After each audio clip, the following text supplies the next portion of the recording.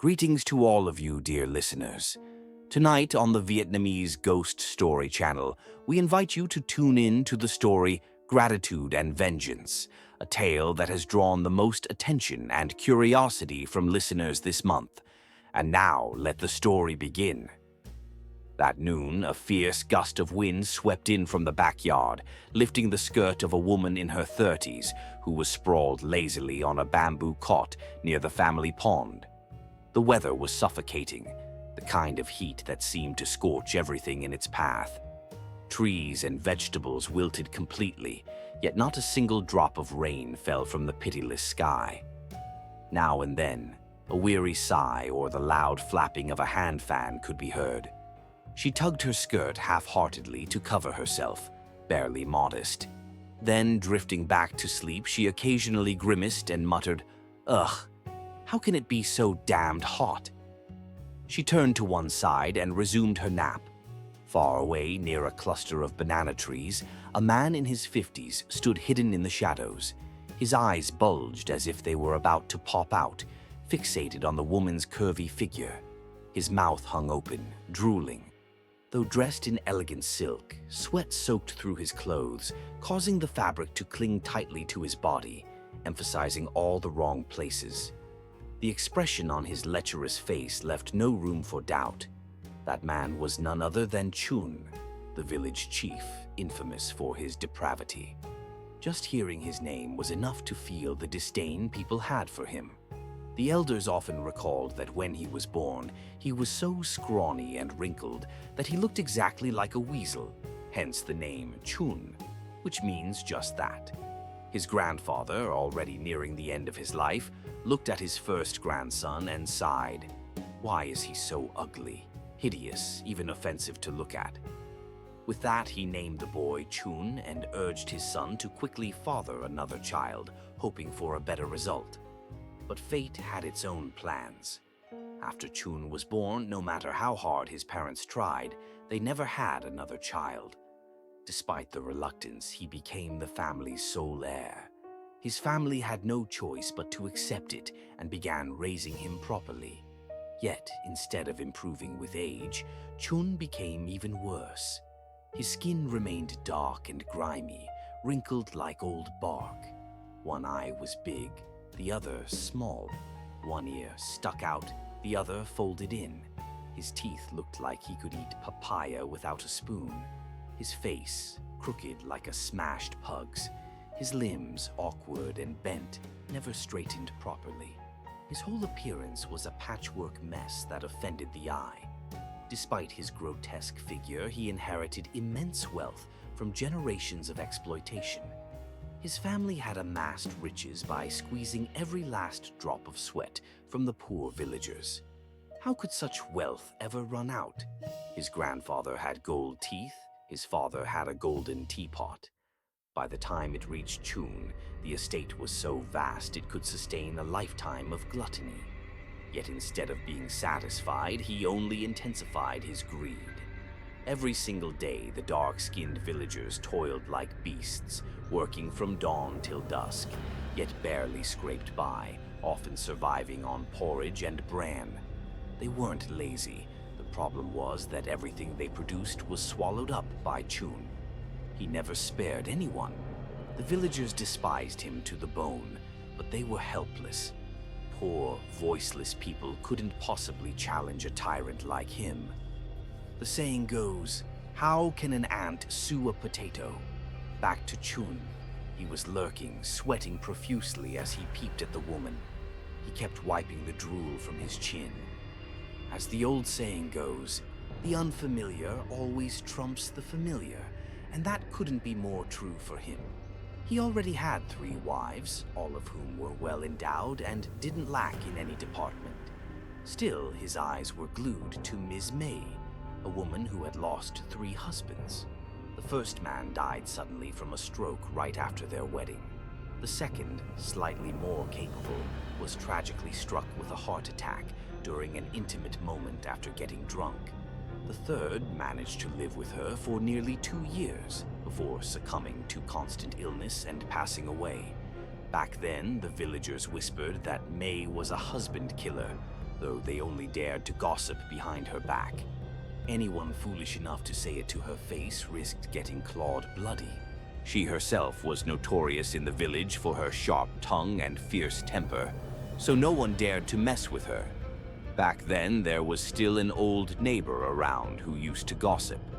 Every time people chatted about T. May, the old lady would sneer, purse her lips, wipe the corners of her mouth stained with beetle juice, and say, "Ugh, curse that shameless, lustful creature. That third husband of hers was always sick, not because of illness, but because she wore him out every night like a demon. During the day, he broke his back working, and at night he had to serve her too. Of course, he died early. Disgraceful. Every night I could hear that wretched woman moaning like some cursed soul. May the ancestors curse such depraved, lust-driven women." That kind of talk went on for years until the old woman passed away from old age. From then on, the villagers, too exhausted from being ruthlessly exploited by Chief Chun, no longer had time to gather in gossiping circles. Though Timai was in her 30s, she looked barely 20, with a rosy, alluring face and skin pale like powdered chalk. When it came to seduction, none of Chun's 3 wives could hold a candle to her.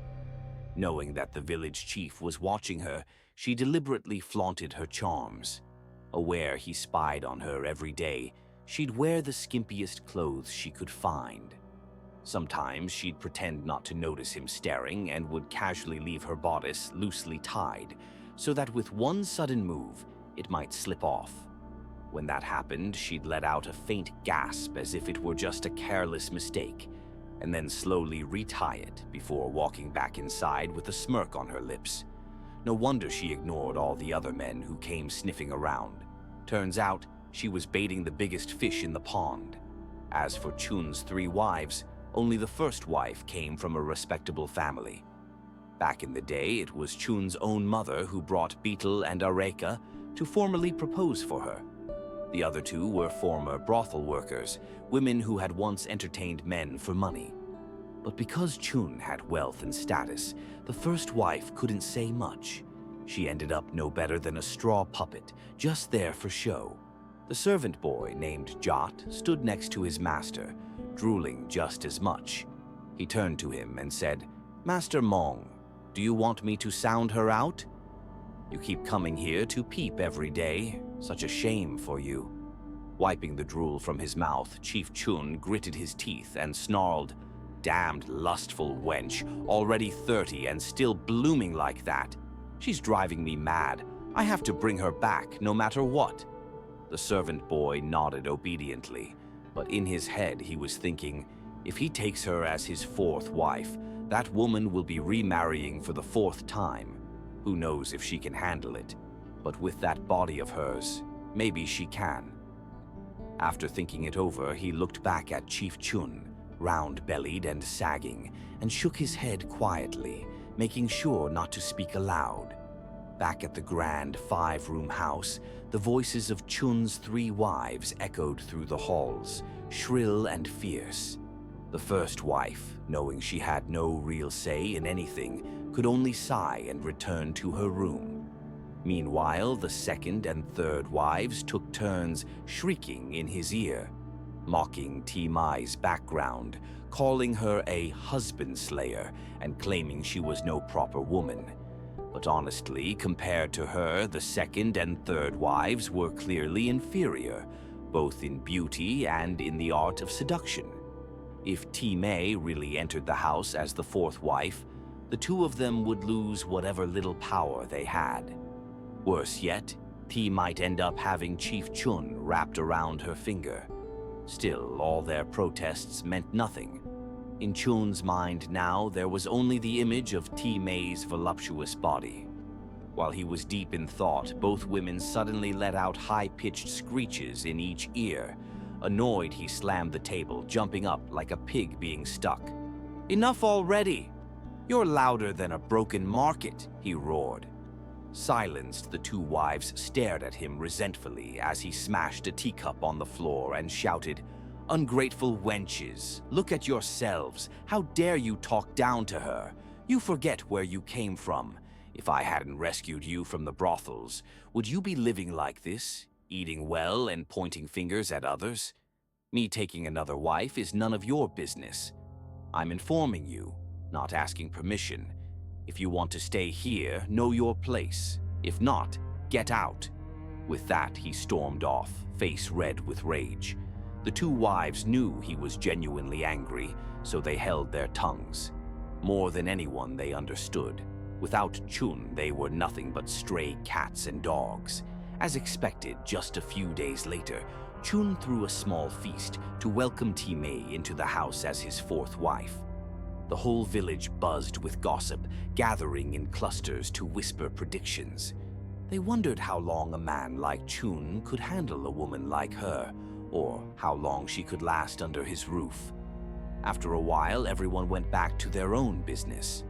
Chun taking another wife beyond the first wasn't shocking. But the second and third wives, sharp-eyed and bitter, had every right to be jealous. From this moment on, they'd have to live watching Timei's moods, no longer free to throw their weight around as before. Once Timei entered the house, Chun was all smiles, no longer sneaking around the banana groves for a peek. Just as expected, Mei quickly showed her prowess. Within a few months of becoming the fourth wife, she had risen to act like the true mistress of the household. The first wife, a calm and composed woman, didn't care for power struggles or competing for a man's affection. She quietly fulfilled her duties and stayed out of conflict. But the second and third wives, despite bearing Chun several daughters, were at a disadvantage. In a household that favored sons, daughters were just decorative, destined to be traded later for family gain. No matter how capable they were still just goods. Now, besides Chun himself, Timei held all the power in the household. She showed no restraint, openly looking down on the first wife and treating the second and third wives with open disdain.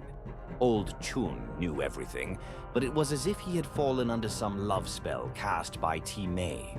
He turned a blind eye to it all. Whatever she wanted to do, however she wanted to behave, he let it be. He even declared openly that the first wife had failed to bear children, and the second and third wives had only given him useless wild ducks.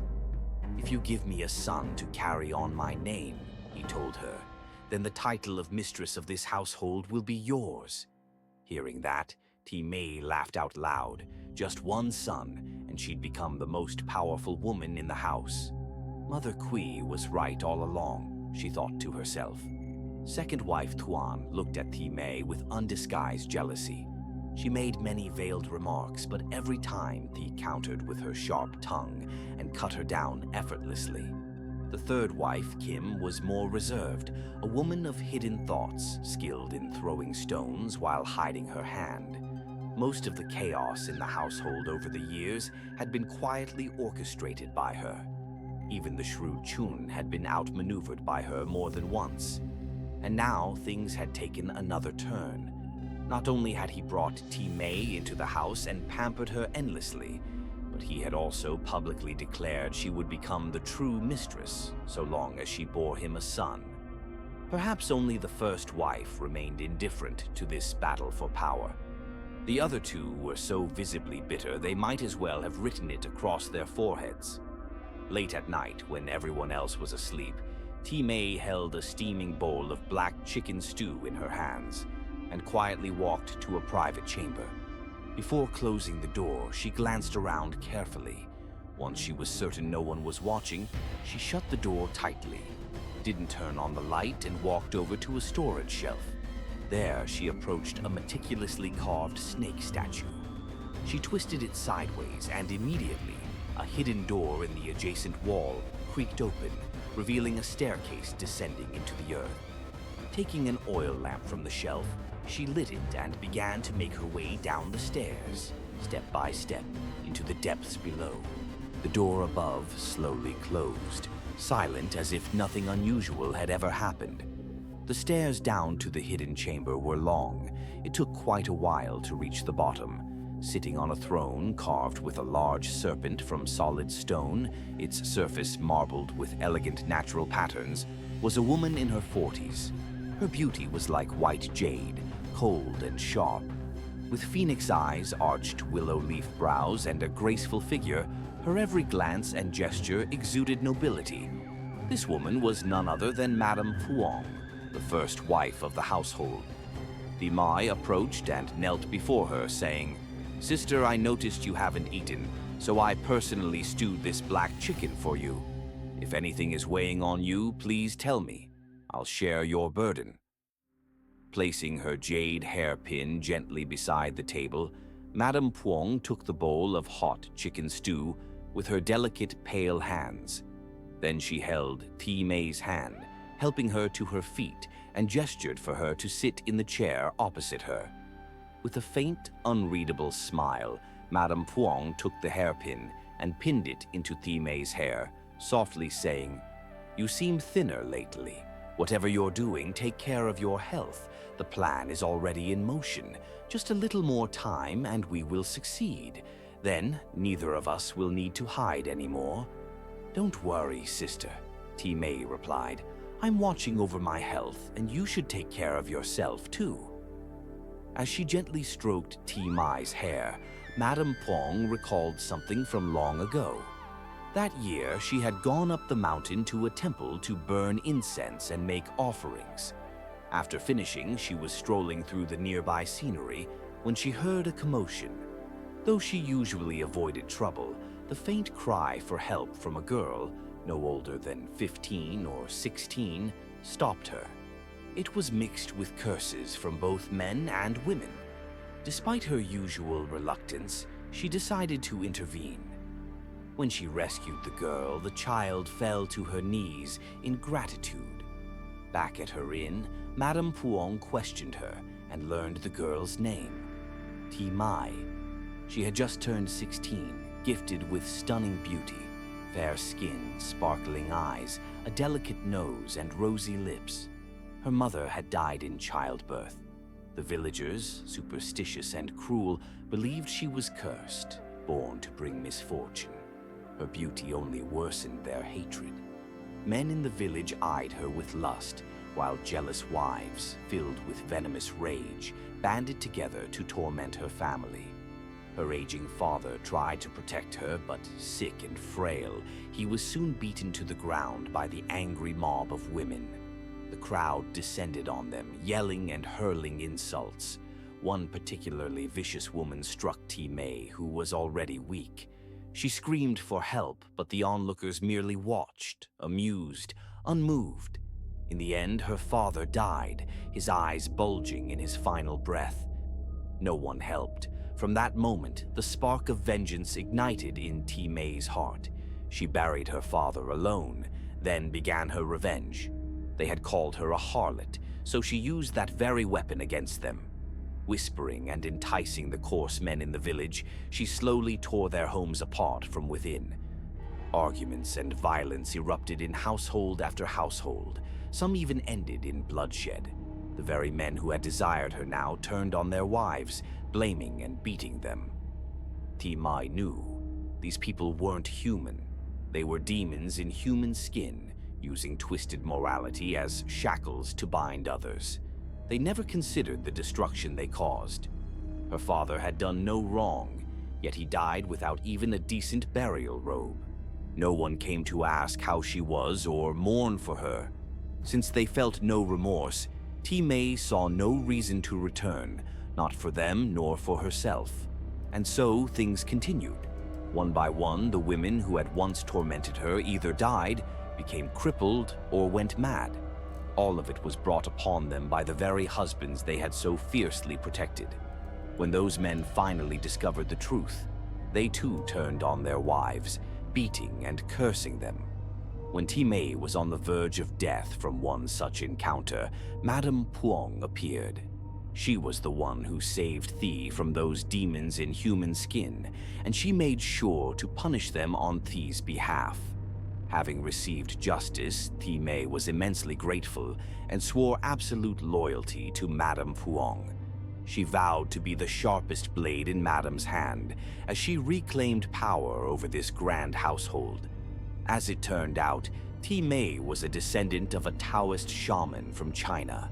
She had the inherited ability to raise and control ancient spirits through rituals. Seeing this, Madame Puong made full use of the situation, giving Thi a life of freedom while gaining the time and support she needed for her plan. Mei's soft voice brought Madame Puong back from her thoughts. "I've been raising the spirit creature for a while now. In this house, who would you like me to punish first?" Madame Puong thought for a moment before answering. "You may choose anyone you like to punish first, but Chun must be the last. He must live long enough to feel the deepest torment, the greatest pain, because what he holds most dear must belong to me." "I understand," Mei replied. "I'll do exactly as you wish." After their conversation, they each returned to their rooms. The night fell into stillness, silent as the calm before a storm. But the next day, everything seemed normal.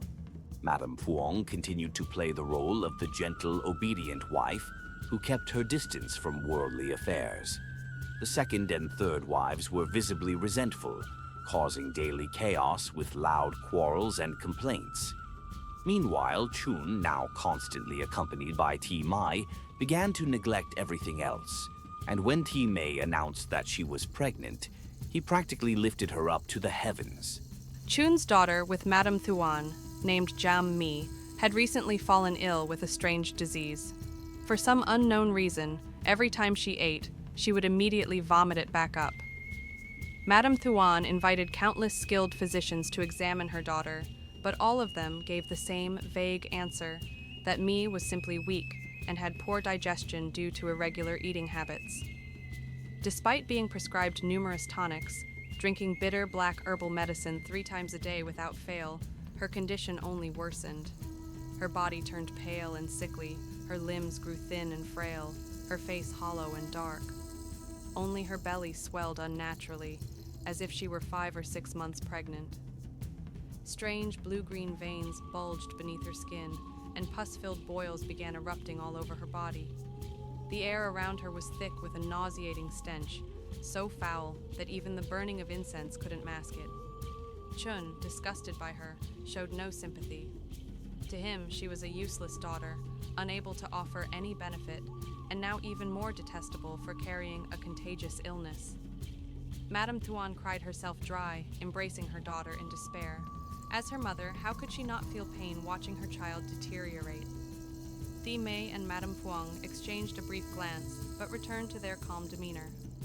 Madame Kim, the third wife, put on an expression of pity, but deep down, she was secretly pleased. With a disease like this, there was no cure, only death awaited. At least she wouldn't have to worry about transferring her position now. But in her delight, she failed to notice that her own daughter, Cam, had also started to show signs strikingly similar to Mi's. Before long, Mi's skin burst open from the swelling boils, leaking a vile, greenish pus with a stench like rotting corpses. Anyone who accidentally inhaled it would feel dizzy, and even tightly wrapped cloth couldn't block out the smell. With Mei whispering sweet words in his ear, Chun, already disgusted by his useless daughter, was pushed further.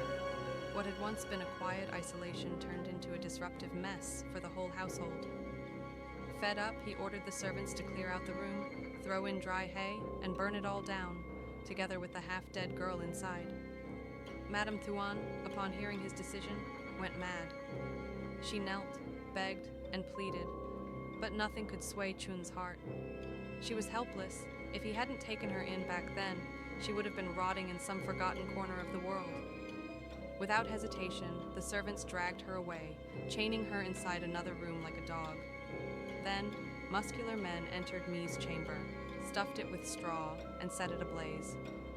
Flames roared through the room, consuming everything, including the rotting, mangled body of Chun's daughter.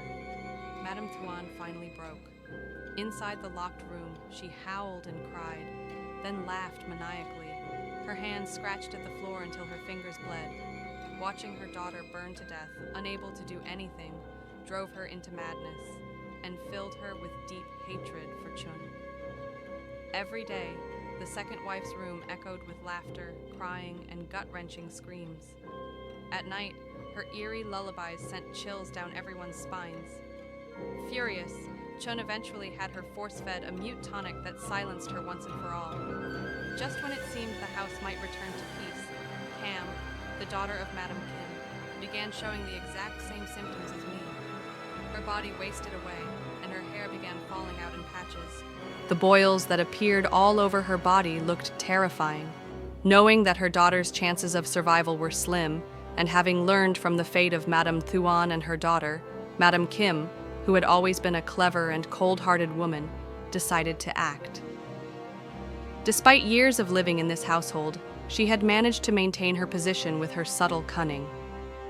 Her daughter was her flesh and blood, and of course she loved her. But when it came down to it, she still chose to prioritize herself. After staying up all night, the next morning Madam Kim personally went to the kitchen to cook her daughter's favorite dishes and carefully prepared a beautiful outfit for her. She brought everything to her daughter's room and stayed there for a long time. When she finally emerged, the servants noticed her eyes were red and puffy. She walked unsteadily, and a maid had to rush over to support her. Standing silently nearby, Timei observed the scene. She didn't need anyone to tell her. She already knew that Madam Kim had just personally sent her daughter off to the underworld. A smirk of contempt crept onto her lips. Truly, this was not a woman to be underestimated. If she could even lay hands on her own daughter, she was indeed someone worth watching carefully. Thanks to Madam Kim's sweet words and persuasion, the master of the house agreed to hold a funeral for Cam. The funeral was not extravagant. Madam Kim wept publicly, wailing over her daughter's death, but no one knew what truly lay behind those tears. Her gaze toward Chun grew increasingly bitter. As she looked over everyone attending the funeral, her eyes lingered long on Madame Thuong. No one knew what she was thinking, but her intense stare clearly revealed her deepening suspicion of the first wife. Noticing Madam Kim's look, Timai turned to glance at Madame Thuong. The two quickly exchanged a knowing look, then returned to their respective tasks as if nothing had happened. Chun, for his part, felt a bit more sorrow over Cam's death than he did for me. After all, she resembled him the most in both temperament and looks. And yet, despite all his efforts, she had died from a strange illness, for which there seemed to be no cure. In the span of just a few days, he had lost both daughters. He shut himself in his room for hours trying to make sense of it, but ultimately gave up, concluding with a sigh that perhaps it was just their unlucky fate. One daughter gone, he could always make another. All he cared about was producing a son to carry on his lineage. He didn't care which of his wives bore the child, whether it was one of noble birth, a servant, or even a common courtesan, so long as the child was a boy who carried his name. Not long after Cam's funeral, Madam Kim suddenly announced that she was pregnant. Chun was overjoyed. From the moment he heard the news, he began dreaming of the day he could cradle his newborn son. Madame Thuong, upon hearing the announcement, smiled faintly, neither too warm nor too cold. Outwardly, she congratulated Madam Kim, but inside she was already scheming. She exchanged a glance with Timei, who instantly understood her unspoken thoughts. During this time, Chun was living as if he were in a dream. Having just buried 2 daughters, he now looked forward to welcoming 2 more children into the world. Day and night, he wished that at least one of them would be a son. If he ended up with 2 sons, that would be a true blessing. He believed his legacy would be secured. Chun spent his days fussing over both Timai and Madam Kim, not realizing that his own health was gradually deteriorating. His speech became more disjointed, his mind increasingly absent. Everyone in the household noticed the change, everyone except Chun himself, who believed he was simply overthinking. Every day, 2 bowls of tonic, prescribed to support pregnancy, were carefully prepared and brought up to Madam Kim's room right on schedule. Madam Kim was cautious. Before eating or drinking anything, she tested it with a silver needle. When she saw that the silver needle didn't change color, Madam Kim finally felt at ease and consumed the food. Lately, she had been feeling unwell, tired and lethargic during the day, lying in bed without being able to sleep deeply, constantly startled awake. At night, she felt anxious and panicked, her body drenched in sweat, soaking through her clothes.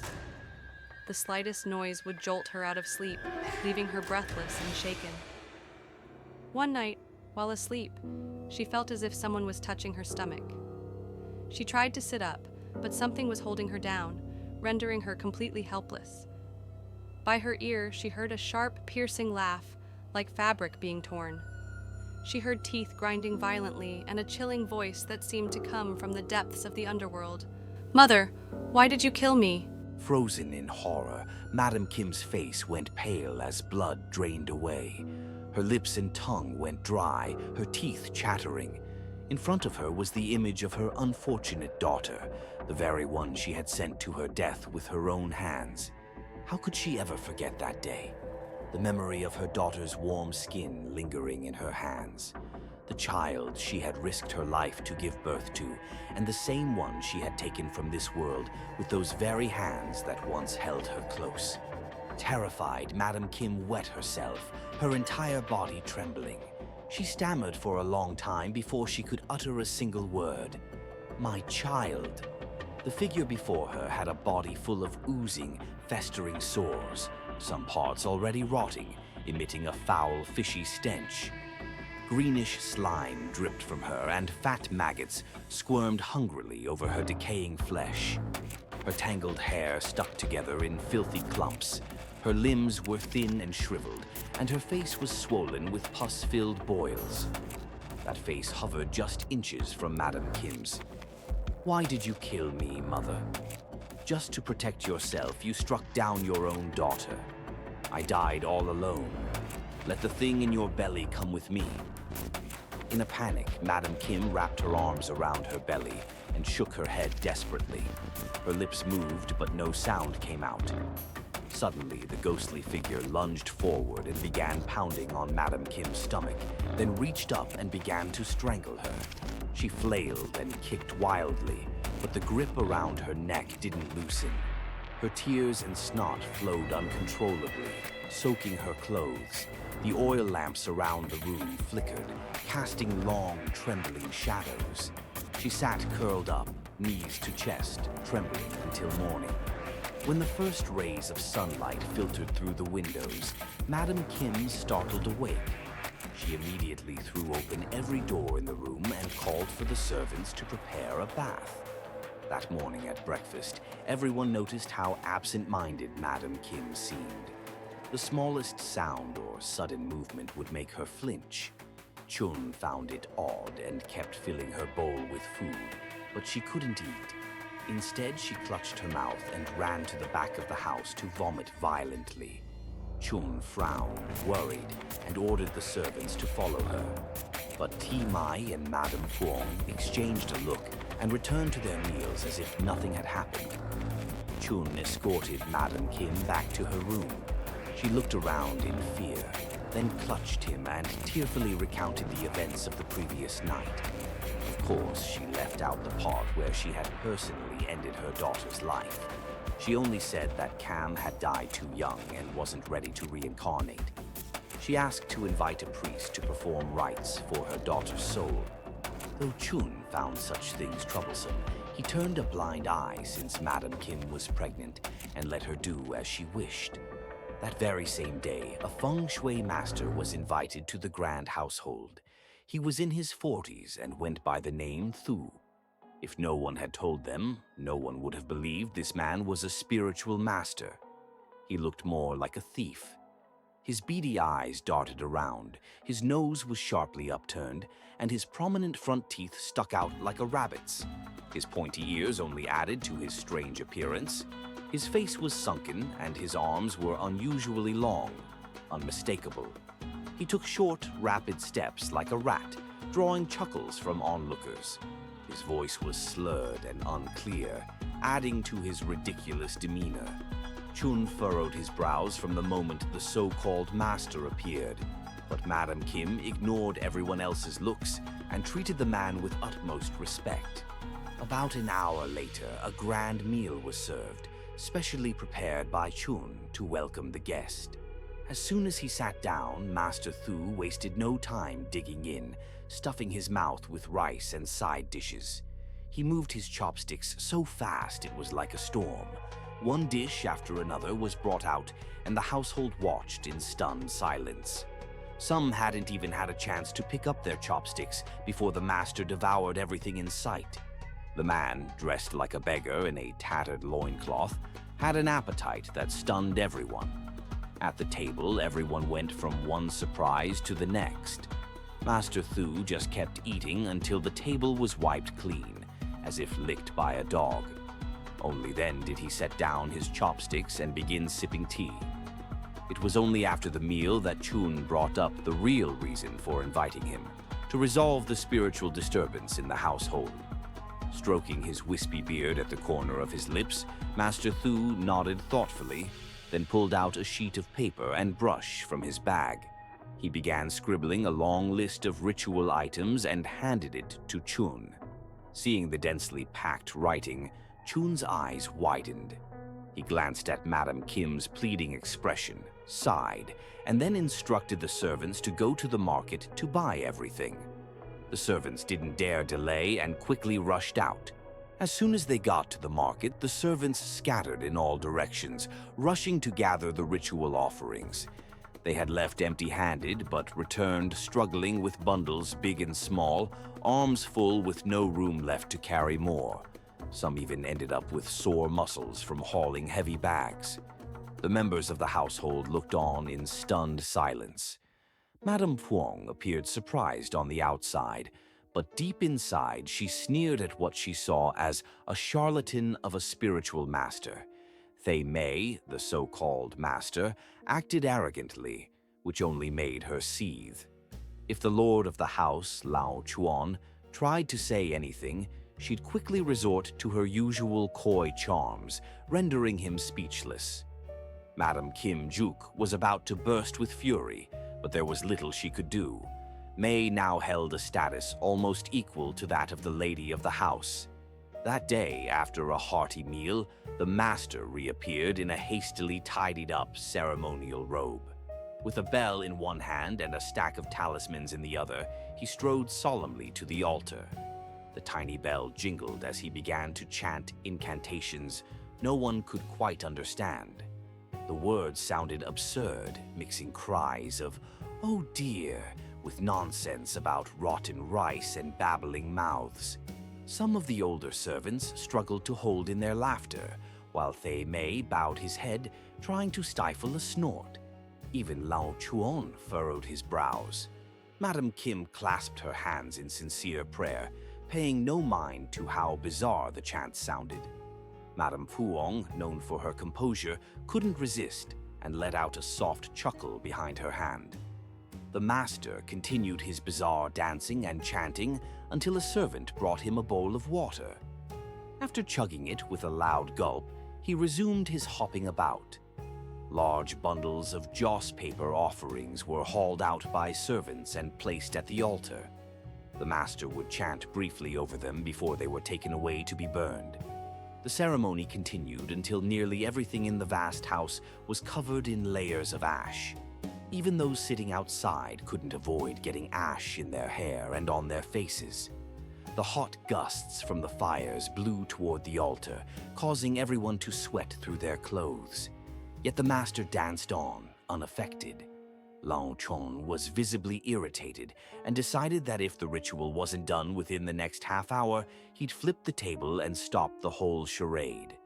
He only endured it for the sake of the unborn child in Madam Kim's womb. Normally, he hated these superstitions, firmly believing that death was the end and ghosts were just fiction. As far as he was concerned, these spiritualists were all frauds. Looking at the mountain of offerings, his eyes nearly teared up from how wasteful it was. Everyone knew Lao Chuan was notoriously stingy. Despite his wealth, he wouldn't part with a single coin easily. Ironically, such miserliness often leads to more riches. Thay Mei smirked to himself. They could pour all their fortune into this ritual, and the outcome would still be the same, he thought. After all, the soul of Cam had long been devoured, turned into food for the spirit she was feeding. The figure that appeared nightly to choke Madam Kim was just that spirit transformed. Finally, the master finished his dance and collapsed to the floor, panting. Then he suddenly jumped up, grabbed a plate of grapes and another of apples, and began stuffing his face. The sound of him chewing noisily made everyone even more uncomfortable. But he paid them no mind and kept eating until the plates were empty. Next, he pulled a talisman out of his bag, covered in crude scribbles, and handed it to Madam Kim, who received it as if it were a priceless treasure, thanking him profusely. Madame Phuong shot her a disdainful glance while Mai curled her lips in a cold smile. Anyone with sense could tell the talisman was useless. Only a fool like Madame Kim would treat it as a sacred charm. Lao Chuan, without a trace of ceremony, ordered the servants to pay the master and send him on his way. Thay Mei, eyes gleaming, greedily loaded a tray with fruits, sticky rice, meat, fish, and the generous payment. Straining under the weight of his haul, he still managed to hurry out of the house with remarkable speed. Now furious, Lao Chon flipped a table, shouting across the entire household. Madam Kim knew she had truly angered him this time, but thinking of how she might finally be safe, she bit her tongue and endured in silence. She didn't dare utter a single word of protest. More than anyone, she understood her place. Years ago, she had gone against the advice of her old master, following the man she loved to the city, dreaming of a better life. She believed love was enough. But once there, amidst the bustling streets and glitzy lights, the man she trusted betrayed her, selling her to a brothel for a mere coin. Because she could sing and play music, and was blessed with beauty, the brothel paid that coin without hesitation. When she learned the truth, the heartbreak left her too devastated to eat. But in that cruel place, death was easy. The ruthless madams had no shortage of tricks to break down even the strongest will. Eventually, she gave in to her fate and became one of their star performers, entertaining wealthy landlords and corrupt officials. The longer she stayed, the more she learned the tricks of the trade to please clients. Not long after, she was ransomed out of the brothel with a large sum of money by the old Chun, and naturally became the third wife of the village chief of Boy Village. She relied on her own abilities to dominate the large household. It wasn't until the arrival of Thay Mei that she began to withdraw. That's why now she had to tread carefully. If she were to be thrown out of the house, there would be only one path left for her: death, with no hope of ever rising again. From that day on, sounds of the pipa and a sweet, clear singing voice could be heard coming from old Chun's room. Then came the kinds of noises that made anyone blush, hearts race, and legs go weak. Late at night, Madame Kim dragged her exhausted body back to her room. Today, old Chun had thrown a furious tantrum, yelling loudly throughout the house, so she had used this tactic to calm him down. Aside from the child she was carrying, Thay Mei was also pregnant. That meant there were two options now. If she didn't act fast, she could die without even knowing when. Looking toward Thay Mei's room, she sneered and cursed. "You damn cursed thing, you and your child better die soon. Don't you dare block my path to fortune." Digging her nail into the windowsill so hard it bled, Madame Kim continued to glare viciously toward Thay Mei's room, spitting out venomous curses. She only stopped when pain surged in her belly. She held her stomach and stumbled to her bed, sitting down and rubbing it in an attempt to ease the pain. But strangely, the pain only intensified. It became so unbearable that she screamed out loud. The servants, hearing her cries, hurried to light the lamps. Once they figured out where the screams were coming from, they rushed over. Some even ran to wake old Chun, the first wife, Madame Phuong, and Thay Mei. When everyone burst into Madame Kim's room, they were all horrified by what they saw. Madame Kim lay there, her clothes and hair disheveled, letting out broken howls and screams. The most terrifying sight was that from her lower body, clusters of snakes slithered out. The thick stench of blood and decay hit everyone in the nose, causing them to retch and vomit uncontrollably. Old Chun let out a scream of horror before collapsing in a faint. Thi Mei and Madame Puong were so shocked they instinctively stepped back in fright. Madame Kim writhed in agony for 2 whole hours before her eyes rolled back and she died. None of the servants or family members dared to approach that room. Old Chun trembled so badly that he wet himself. Shaking, he pointed toward the room and stuttered, "Burn it! Burn it down!" The terrified servants just kept glancing at each other, too shocked to act. Frustrated, Old Chun lashed out, kicking and shouting, repeating the same command over and over. At that moment, Madame Puong glanced at Thi Mei, who gave her a subtle nod. She turned to the servants and shouted, "You useless fools! Didn't you hear the master? He told you to burn the room down to prevent that disgusting filth from spreading. What are you standing there for? Hurry up!" Snapping out of their daze, the servants scrambled to carry out the order. Some fetched firewood, others got oil, and in moments a roaring blaze consumed the room, reducing Madame Kim's body and everything inside to ashes. The flames raged, carrying a foul stench that overwhelmed the senses and sent minds spiraling. Afterward, Madame Puong and Thi Mei helped Old Chun back to his room. The servants brought water and clean clothes to clean him up. Thi Mei personally prepared a calming herbal remedy for him. Still shaking, Old Chun gulped it down. As the medicine took effect, Madame Puong and Thi Mei sat beside him, patting his chest to ease his breathing.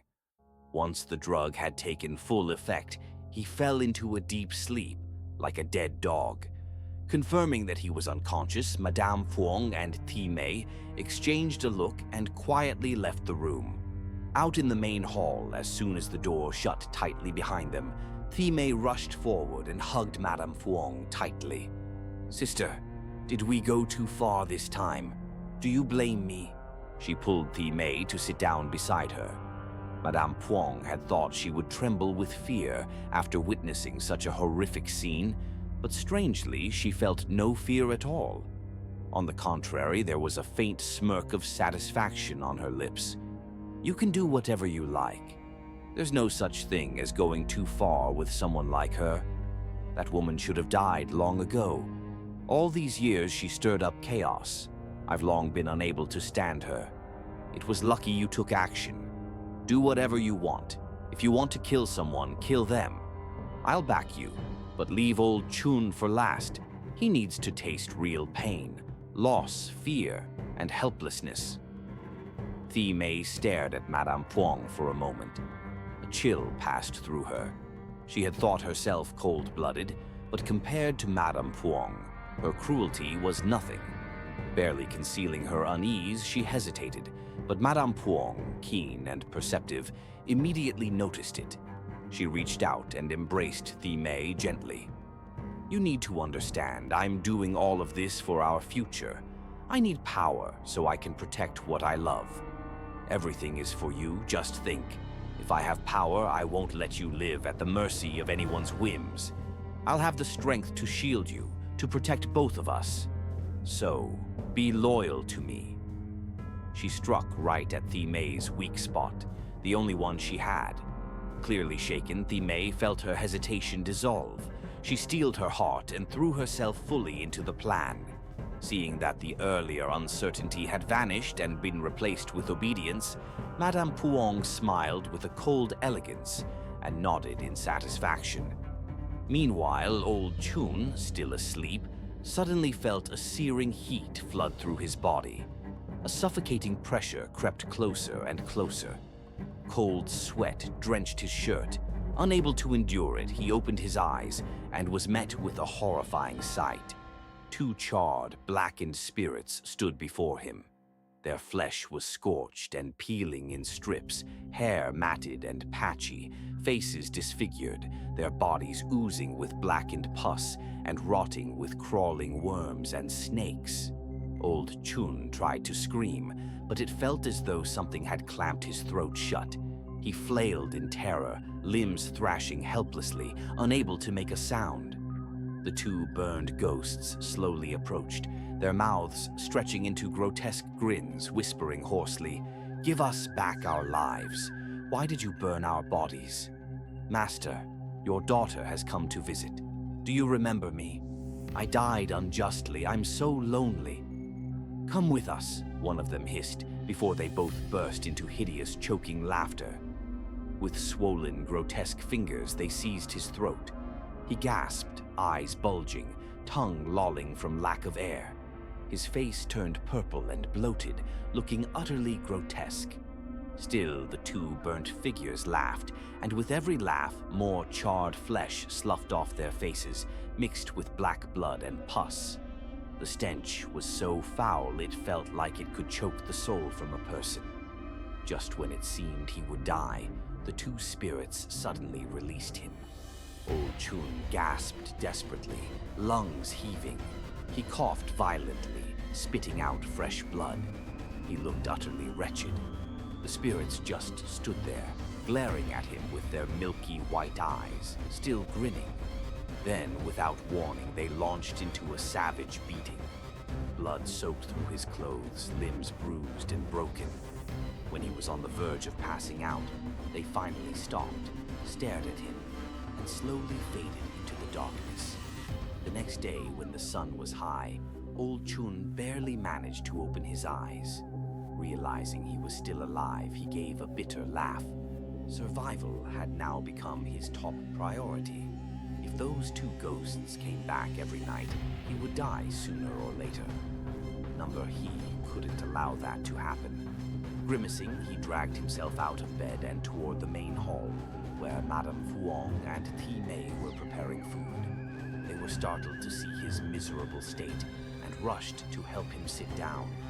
Before they could speak, he began recounting everything he had experienced the night before.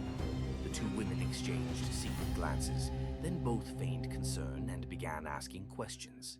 Old Chun had never been one for superstition, but now he insisted on bringing in a spiritual master. Madame Puong immediately sent a servant to fetch one. It took half a day, but finally the servant returned with a priest named Bayo. He looked rather clean-cut and wore the robes of a Taoist practitioner. He entered calmly, his brows furrowed as he surveyed the house. Sitting down in the main hall, he sipped some tea while old Chun recounted everything. A servant brought out a large tray stacked with over 10 gold bars and placed it in front of him. The priest showed no visible reaction to the gold, but quickly got to work. From that day on, old Chun stuck close to Master Bayo at all times.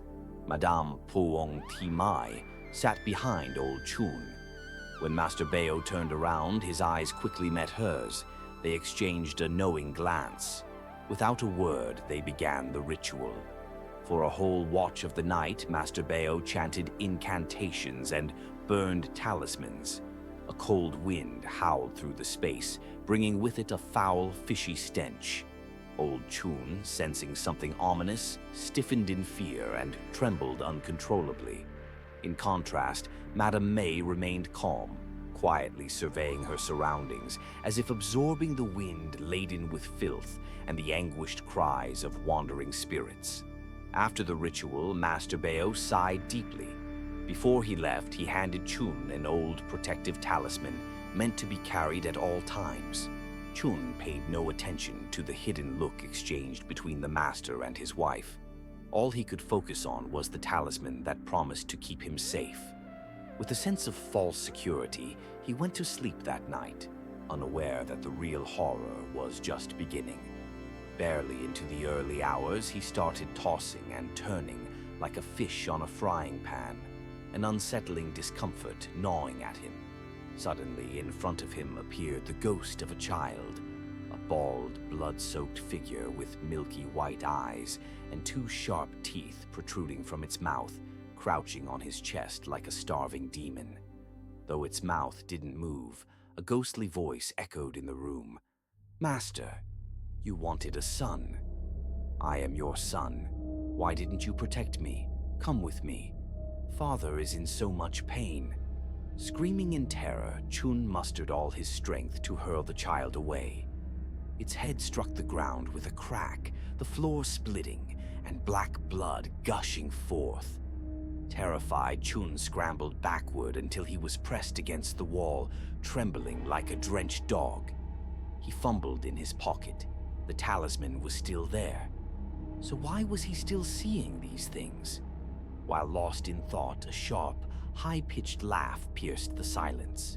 The ghost child raised a bony finger toward the shadow of a woman now entering the room. She bent down and cradled the child.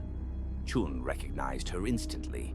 It was Kim, his former mistress, and the unborn child she had never delivered. But hadn't he seen something crawl out of her that night? Why was the child with her now? Her white, lifeless eyes turned toward Chun, who cowered in fear. The woman approached, gripping his throat with her cold hands. The child bit into his flesh. Chun was in agony, choking and in pain. He fought back, but strands of Kim's hair wrapped tightly around his limbs, restraining him. He tried to scream, but no one would hear. Madame Puong had already sent all the servants away. Even if he died now, no one would know. Just like before, when he nearly suffocated, he was eventually tossed into a corner, coughing violently, eyes wide, gasping for air. But the pair returned, attacking him relentlessly, reopening old wounds, layering new pain upon the old. His body was a wreck. After one final torment, the mother and child laughed coldly before vanishing into the night. Chun passed out from pain. The next morning, a servant found him unconscious and raised the alarm. Madame Puong rushed to his room, only to be horrified by the sight. He looked even more haggard and miserable than the day before. New wounds layered on the old, dark bruises, and festering green sores covered his body. A village healer was called to perform acupuncture. Slowly, Chun regained consciousness, but his eyes darted around the room, fearful, as though expecting something horrifying to emerge. Madame Puong tried to comfort him, bringing him a thick bowl of medicine. This time it had a metallic, bloody scent. The red hue was enough to make one flinch. She claimed it was just extra herbs for strength and calm. Reluctantly, Chun drank it. But from then on, his entire body felt like it was crawling with thousands of invisible insects. He scratched until he bled, but the itch never went away. Soon, foul-smelling green pustules erupted all over him, the very same affliction that had killed his two unfortunate daughters. He couldn't believe it. In panic, he summoned the best doctors far and wide. But no matter how much effort or money he spent, all he received were herbal recipes and sympathetic shakes of the head. Never before had Chun felt such dread. He knew now, this illness was incurable. Even if he sold his entire estate, passed down for generations, it would be useless. Since he fell ill, Madame Puong took over managing the household. At first, she still visited his room to discuss things. But as his condition worsened, he could barely speak, only making vague, hoarse sounds. Puong began to seize full control. She knew her time had come. Now old Chun was like a candle flickering in the wind. But she told T Mai, "We won't let the old man die too quickly. That would be too easy. He must suffer, agonizingly, until the very end." Old Chun's face had become hollow and sunken. His limbs were nothing but skin and bone, covered with ruptured boils that festered and oozed across his body. The stench of his sweat was overpowering, saturating the entire house. The areas of flesh that had decayed early on were now infested with squirming maggots. Meals and sanitation were handled haphazardly by a few lowly servants, under strict orders not to let him die too soon. By day, the disease tortured his rotting body. By night, the ghosts of those he had wronged in life came back to torment him with unspeakable pain. Just as death seemed certain, May would shove a pill into his mouth to keep his life barely clinging on. And so the cycle continued, until old Chun's body was completely unrecognizable, no longer human, no longer beast. Maggots, fat from feasting on his decaying flesh, writhed off the bed and onto the floor. Not a single servant dared step foot into his room. And yet, May ensured that his mind remained lucid. When Madame Puong Chao stepped into the room and locked eyes with him, now wild with fear, she simply smiled and began confessing everything. It was she who had arranged for him to meet and bring May into the house. She had orchestrated the deaths of his daughters by ordering May to infect them with a contagious illness. The same went for Ba Kim and her child. Every one of his victims had been carefully planned and recorded by Madame Puong. She even revealed something more. She and May were lovers, and May's supposed pregnancy had been a lie. For once someone raises a co-spirit, they can never be a mother. Puong knew that Chun understood now. She saw the terror and hatred in his eyes as the truth sank in. As she finished speaking, old Chun's eyes bulged from their sockets. Black blood trickled from every orifice. And yet Madame Puong simply stood tall, face sharp with hatred, her mission accomplished. She turned and walked out of the room. Later, under her command, the servants stacked the room with firewood and set it ablaze. Her authority was absolute. None dared question her orders. Soon flames devoured the room, engulfing old Chun along with every trace of his cruelty and corruption. Madame Puong stood outside, watching the inferno, a cold smile playing on her lips. Beside her, May felt a knot in her heart. Watching the man she once loved perish like that, she could not help but feel unsettled. The original plan had been to help Madame Puong rise to power. But seeing how ruthlessly Puong dealt with everyone in the household, May began to fear her. She truly was a cold-blooded woman. Not long after, Madame Puong and May officially moved into the main house. No longer in hiding, they now lived openly, side by side. Puong had wealth and status. Anyone who dared defy her or speak ill would be crushed without mercy. Her cruelty far surpassed even that of old Chun. In the vast A-long estate, she reigned like a queen, unchecked and unchallenged. Yet ironically, once everything had gone according to plan, May felt none of the peace she had once hoped for. She looked at the woman she once loved and saw a stranger. Her heart grew cold. Life in the grand house had become suffocating. She no longer wanted it. One day, she told Madame Puong she wanted to leave. Upon hearing this, Puong's expression darkened. Her cherry blossom eyes welled up with tears, and without a word she turned and locked herself in her room. For 2 full days she refused to eat or drink. She cried until her eyes were swollen shut, buried in silent agony. On the 3rd day, Madame Puong emerged, dressed in her finest. She prepared a luxurious meal and invited May to join her, saying it was a farewell feast. Her face was serene, unreadable. May, seeing this unfamiliar calm, assumed Puong had come to accept her decision and felt a sense of relief. They ate warmly, with the tender gestures and affectionate words of old times, back when Puong was still Chun's wife, and May was just a wounded girl rescued into her care. After the meal, Puong brewed a pot of fragrant tea herself and poured May a cup. Gone was her smile. She stared at May in silence. As May sipped the tea, tears welled in her eyes. She was about to stand up and leave when suddenly a sharp pain pierced her stomach. Blood began pouring from her mouth. In shock, she turned to face Madame Puong, who calmly sipped her tea, unmoved.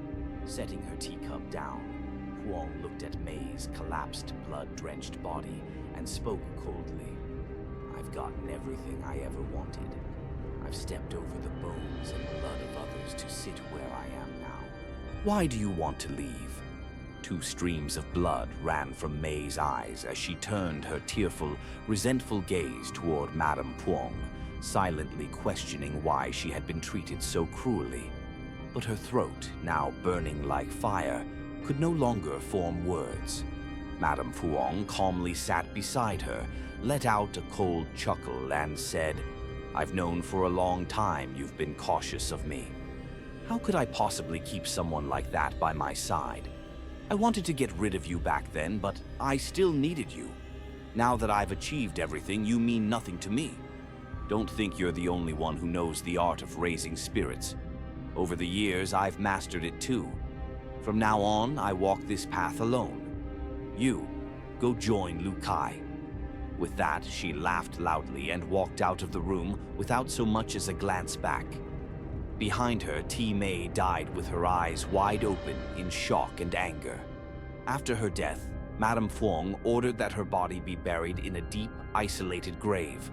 Her limbs were nailed tightly to the coffin, and her blood was used as ink to write sealing spells, ensuring that even in death, she would be tormented and unable to return for revenge.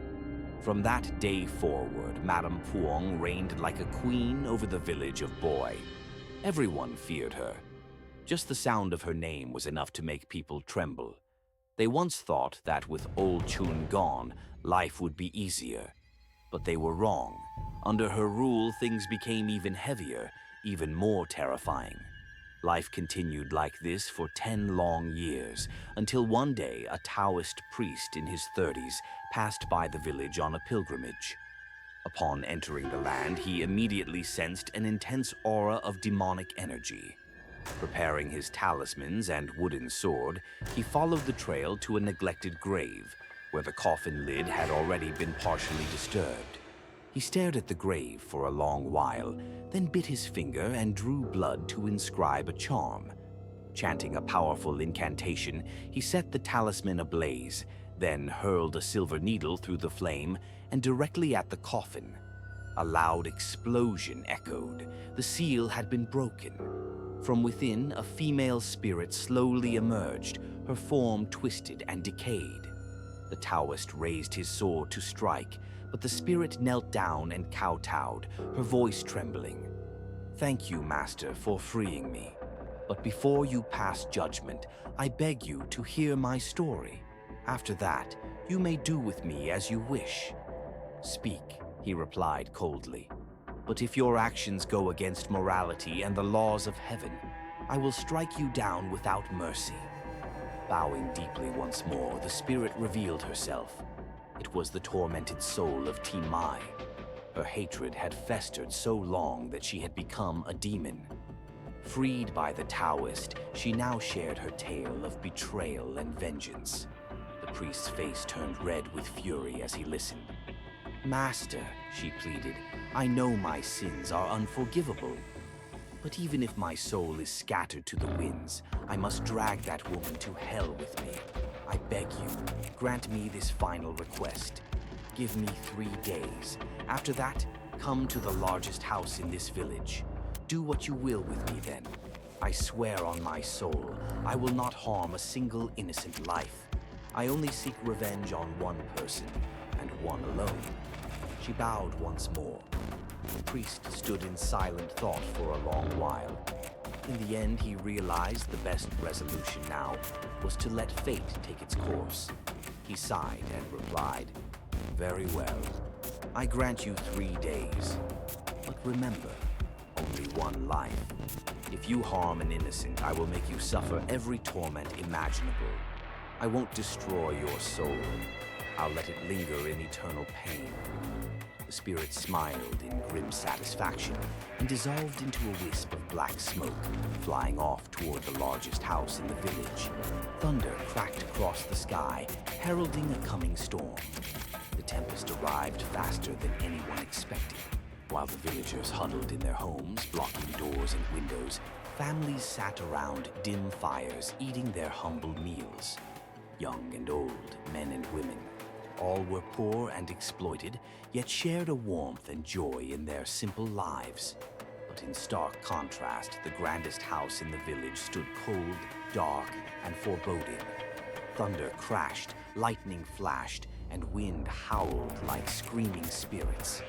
And from within, the screams of a woman pierced through the storm, cries of agony, terror, and despair. Did the villagers hear? Of course they did. In fact, they heard it all, crystal clear. At first, many did not understand, but as the shrieks of Madame Huang echoed through the rain, more than a few began to suspect the truth.